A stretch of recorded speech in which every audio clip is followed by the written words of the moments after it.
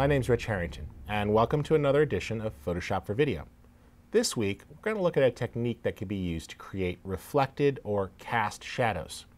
This works out much better than your typical drop shadow style, and we'll use it in the case of making an end tag for a production company type bumper. Let's see how. Now, you're going to want to make a new document that's sized for your videotape format. In this case, I simply made one for HD.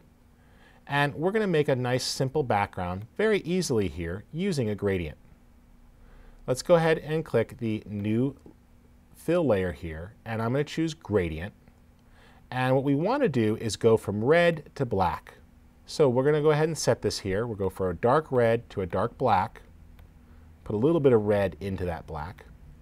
And the top stop here is opacity. So if I don't want that to go all the way transparent, I'll simply set that to 100%. We're already getting a nice gradient here, and that's working pretty well. Let's make this initial starting color a little bit darker.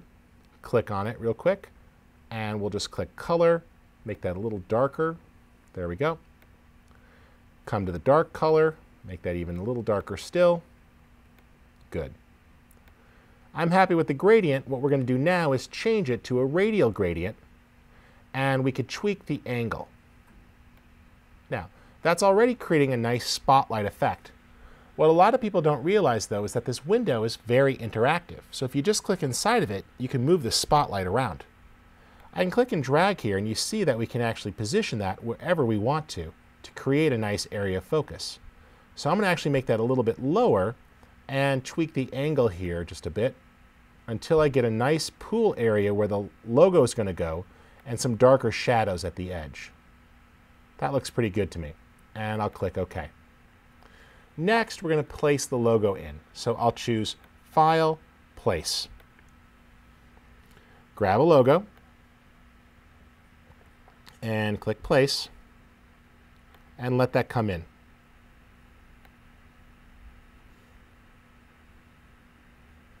That's working pretty well. Now you'll notice, and this is pretty typical, that there's a problem here with the logo. A lot of times when you get vector logos, what should be white is mistakenly left as transparent. And that's because in the world of print, transparent is white because the paper shows through. If you have this problem, it's a piece of cake. We'll just go ahead here and make a new layer, grab our Marquee Tool, and simply make a selection. I can go ahead and make a selection there for the size of that box if I need to. Now this has rounded corners, so no big deal. We'll just say Select, Modify, and we'll do some smoothing. And I'll do a pixel value of 10, and it rounded the corners for me. Shift-Delete to call up the Fill dialog box, fill that with white, and we'll just place that behind. And you see the logo has been restored. So, easy enough. At this point, I'm happy with those. I'm going to go ahead and press Command-G to group them together, and we'll call that logo. The benefit of grouping it is now you can move it as a single item, and everything stays attached. Now, what we're going to do next is create a cast shadow, and this is pretty easy to do. I'm going to turn these layers off for a second, and just choose Select All, and then Copy Merged. Edit, Copy Merged. When I paste, you'll see that places another copy inside the document. And that's fine. I can nudge that so it's aligned if we need to. We could turn everything else back on, and that'll work out well. And what I want to do on this copied document is lock the transparency here. Because now we could just do Shift-Delete and fill that with black for the shadow. And you see that the outline is now filled in. We're going to move this behind the logo itself and nudge it a little bit. See, there's the shadow. Now, what I want to do is make this shadow cast, and you have to decide where's the light. In this case, I want the light to come and throw the shadow a bit forward. Easy enough. Press Command-T for Free Transform, and I'll go ahead here and tell it that I want it to actually flip vertically. And what we have there now is it's going to come here and we can connect those. That works pretty well. I'll nudge that down just a bit actually. Let's zoom out, Command minus, and right click or control click, and we're going to change the perspective. So now when we drag here, you'll see that it gets like a cast shadow, like it starts to take on some angles. Now when you do that, you might need to play a little bit. You might pinch those in just a little bit there. But that's working pretty well. We now have a shadow that looks like it's being thrown in front of the object. To make the shadow believable though, it can't be 100% in black. Unlock the transparency and go ahead and toss on a little bit of a Gaussian blur. For a video graphic, a value in the neighborhood of 5 pixels is usually enough. Let's take this back up a bit. We can now change the blending mode to multiply, which is a much more realistic mode for shadows, and lower it to about 70 or 80%.